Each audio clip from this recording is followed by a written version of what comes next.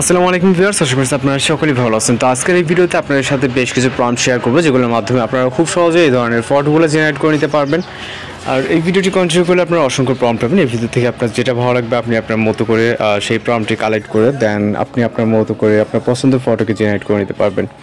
তো সম্পূর্ণ ভিডিওটি কন্টিনিউ করতে থাকুন, আর নতুন হলে অবশ্যই চ্যানেলটিকে সাবস্ক্রাইব করে রাখবেন।